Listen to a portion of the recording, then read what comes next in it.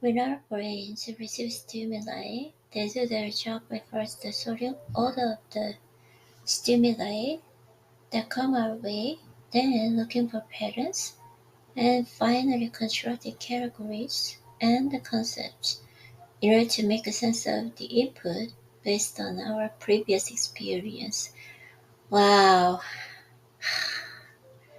this information flow can be called top-down processing, and it often serves as very well. Actively noticing difference, actively die, actively noticing differences is the key to presence, and it is our expertise that gets in the way. One way of understanding this is that our top-down processing means that our minds are filled with memories, stories, and experiences from childhood on, which can sometimes imprison us and get in the way of our being able to have a fresh look at something. Ironically, the more expert we become, the less we can see because our learning from past experiences and filters our perception. Part of our eagerness to always fill in the blanks in because in our brain prefers answers over ambiguity, and we like knowing, or at least thinking that we know. When we provide a story that allows the brain to protect us, it's happy, and we can enjoy a chemical reward for the story regardless of its accuracy. This phenomenon explains in part why just be present sounds so simple, and yet in the practice it is so hard to incorporate into our lives. Getting comfortable with uncertainty and not knowing is a part of our challenge. Not knowing is okay. Okay. By contrast, with the bottom-down process, we receive and perceive input directly through our five senses: seeing, smelling, tasting, hearing, and touching. We can even feel what scientists call our sixth sense, interoception, or our way of feeling the sensation of the body. This is a direct way of noticing, free of filtering through prior expectations or judgments. Langer's research shows that when we create a mindful state that can be understood as a bottom-up, we experience a spaciousness and an ability to see details, which in turn allows us to live more fully in the present. Nothing lasts. Nothing is finished. Nothing is perfect. What are the myths about ourselves and managing our lives that still have a hold on us? When I started listening more deeply, not only to my own inner voice, but also the woman in my office, we often find ourselves trapped in stories that haven't withstood the test of time, but not of the truth. We underestimate and downplay our abilities, skills, and worth. She's shocked how prevalent imposter syndrome is in so many successful women who feel less than or incompetent. Although men attribute their success to core skills, women ascribe their success to being lucky, working hard, and having supported from others and along the way. Male students consistently overestimate their grade point average (GPA), while women underestimate, and when it comes to job hunting, women tend to not even apply for jobs if they don't meet all the qualifications for the position, while men apply if they meet only 60%. Furthermore, upon finding jobs, nearly 60% of men negotiate their first salary, while less than 10% of women do.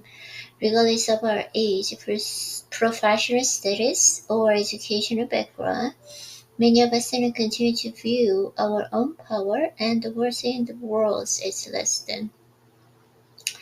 That's the culturally constructed story many women carry as in a top-down filter that snaps, that shapes not only our beliefs and behavior but also our sense of self. How the story we've constructed from our social experiences and shapes and our views of ourselves.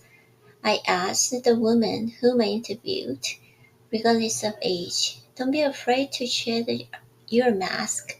You're enough and be who you are. Another message in self-care is selfish. I use the term self-care to include self-compassion. Women often put others first, from family to friends to work. Really?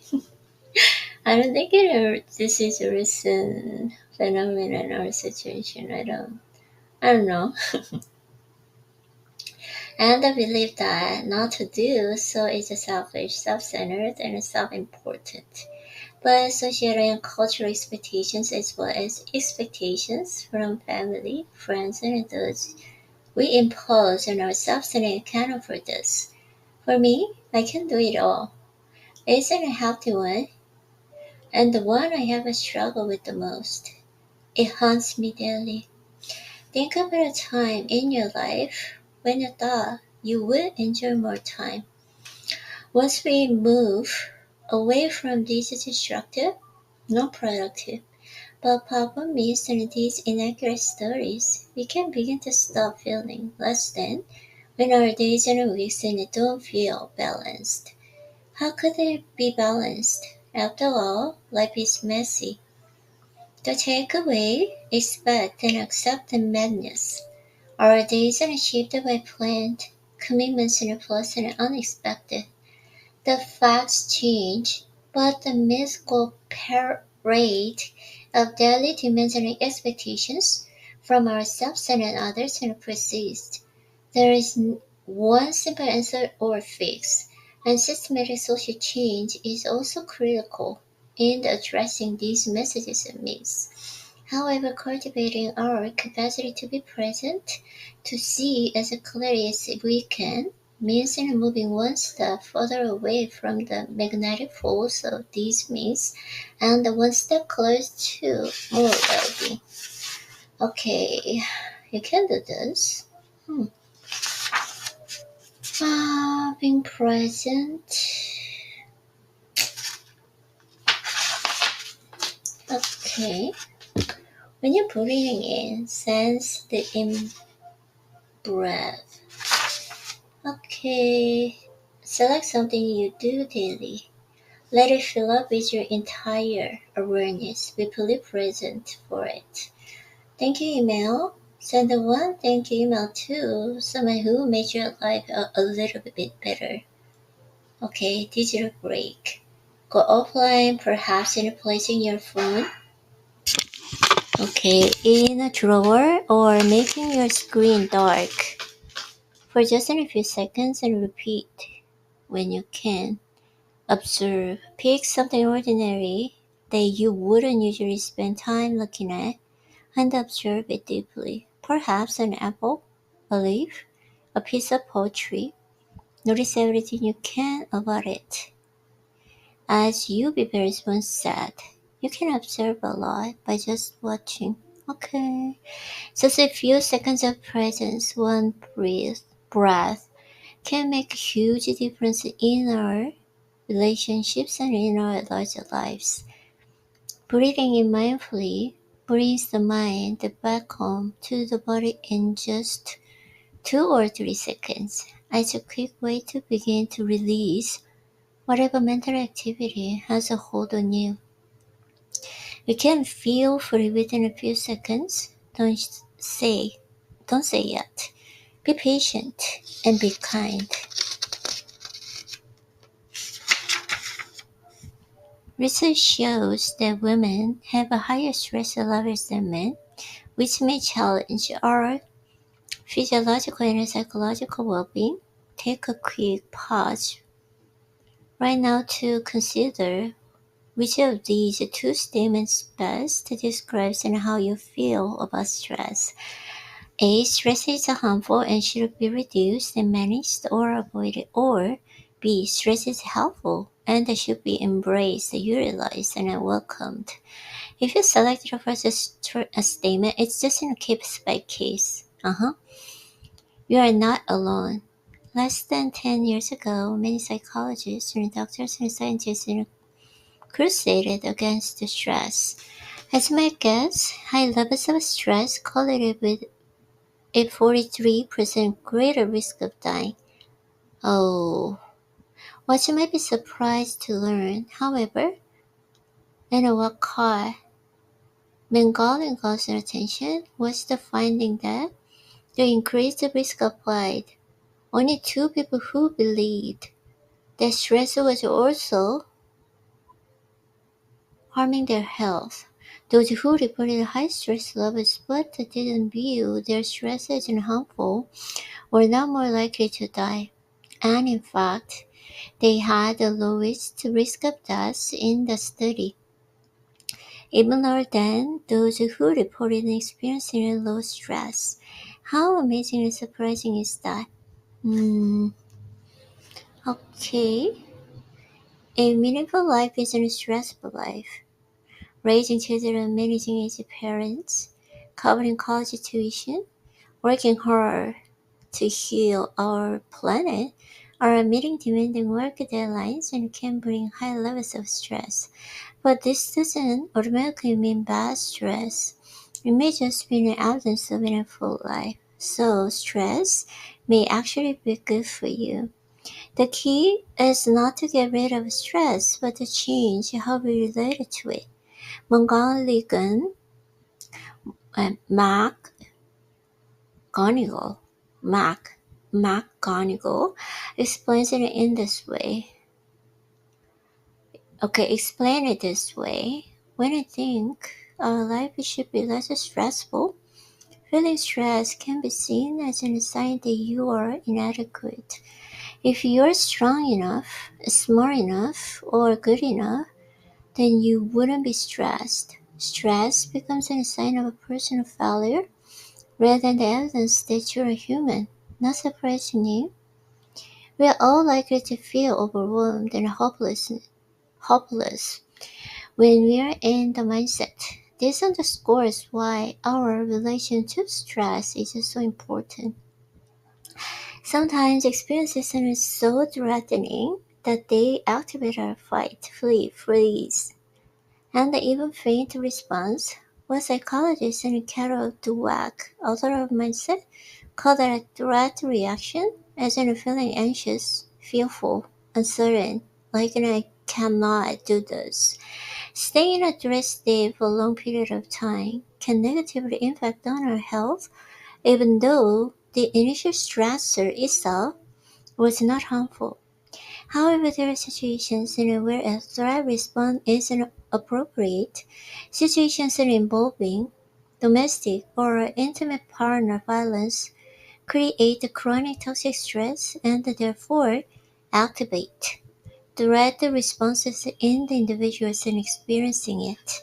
On the other hand, what Dweck calls a challenge response, hopeful, excited, confident, I can do this, profoundly changes how demanding situations impact our lives. Okay.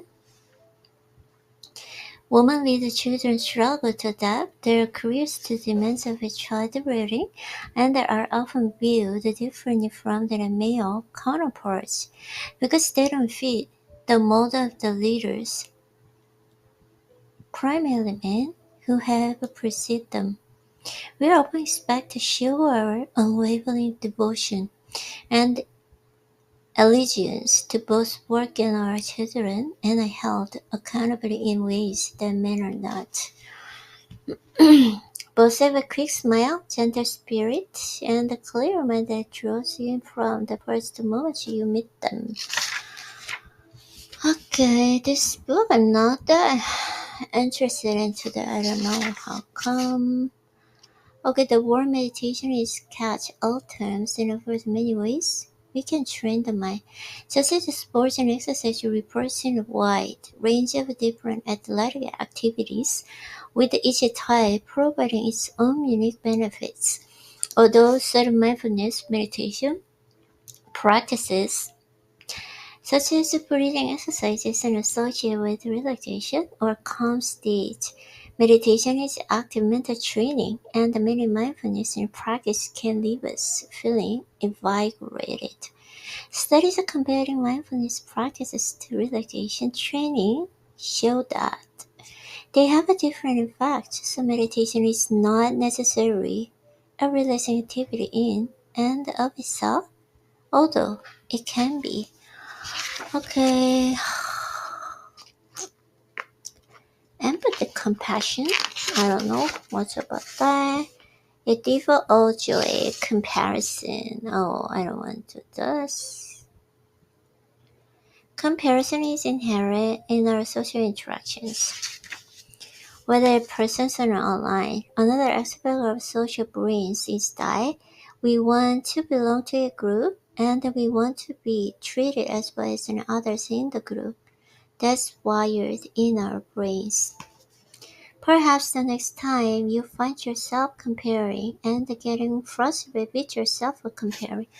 Okay, I don't want to compare. Okay, the gift of gratitude. Okay, this is like that. With the word gratitude is derived from the Latin root gratia, meaning grace, graciousness, or gratefulness. Gratitude is often defined as appreciating what we receive, whether tangible or intangible, but there is a wider definition that's useful here. Gratitude is acknowledging the goodness in our lives, appreciating what's valuable and meaningful to us, and being appreciative of experiences. Presence also plays an important role here because when we take the time to express our thanks to others, we not only have become aware of what is most valuable to us, but we have communicated and shared our awareness with those around us. Gratitude is gateway to purpose because it helps us figure out what has value and provides any meaning in our lives. As the Dalai Lama reminds us, gratitude helps us catalog, celebrate, and rejoice in each day and each moment before they sleep through the vanishing hourglass of experience. Purpose researchers in William Demond express it in this way. From gratitude springs and not only the enhanced an appreciation for our own blessing but also desire to pass such a blessing along to others. The heart and soul purpose. Studies show that gratitude. Irene, focus, please. Is strongly and consistently cultivated with greater happiness.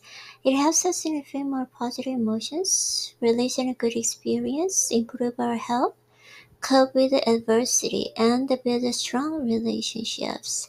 With practice, we can develop the ability to notice and appreciate the bounty in our everyday lives. One way is gratitude journal. Yeah, the second group about the things that felt grateful for. Take a moment to think about things that you are grateful for in your life. Sometimes we can't even be fully grateful for what exists in our lives until we experience loss. Okay? Believe it or not, if you write a letter of gratitude, even if you never send it, you can enjoy the mental health benefits of experiencing gratitude. That's true. So I feel so grateful for being able to have a new light for reading. That's why, yeah, it is really grateful for as well, right? And those who wrote gratitude letters reporting the significantly better mental health in 4 weeks and 12 weeks after the writing exercise ended. When it comes to finding having purpose in life, it's essential to distinguish our own values and goals and from cultural messages and expectations for our families and the communities, as ultimately the only sense of meaning that matters is what matters to each one of us. This isn't easy, and we cannot do this without presence. We need to check in with who we are and what's meaningful for us, and to make sure that the compass we follow is our own, no one else's. Why do many of us who work in the fields such as teaching, nursing, or social work and readily diminish our lives and work even when they are leading or have led purposeful lives? One reason is that it can be challenging to find or fully appreciate our purpose when it doesn't match up to society's definitions of success. Okay,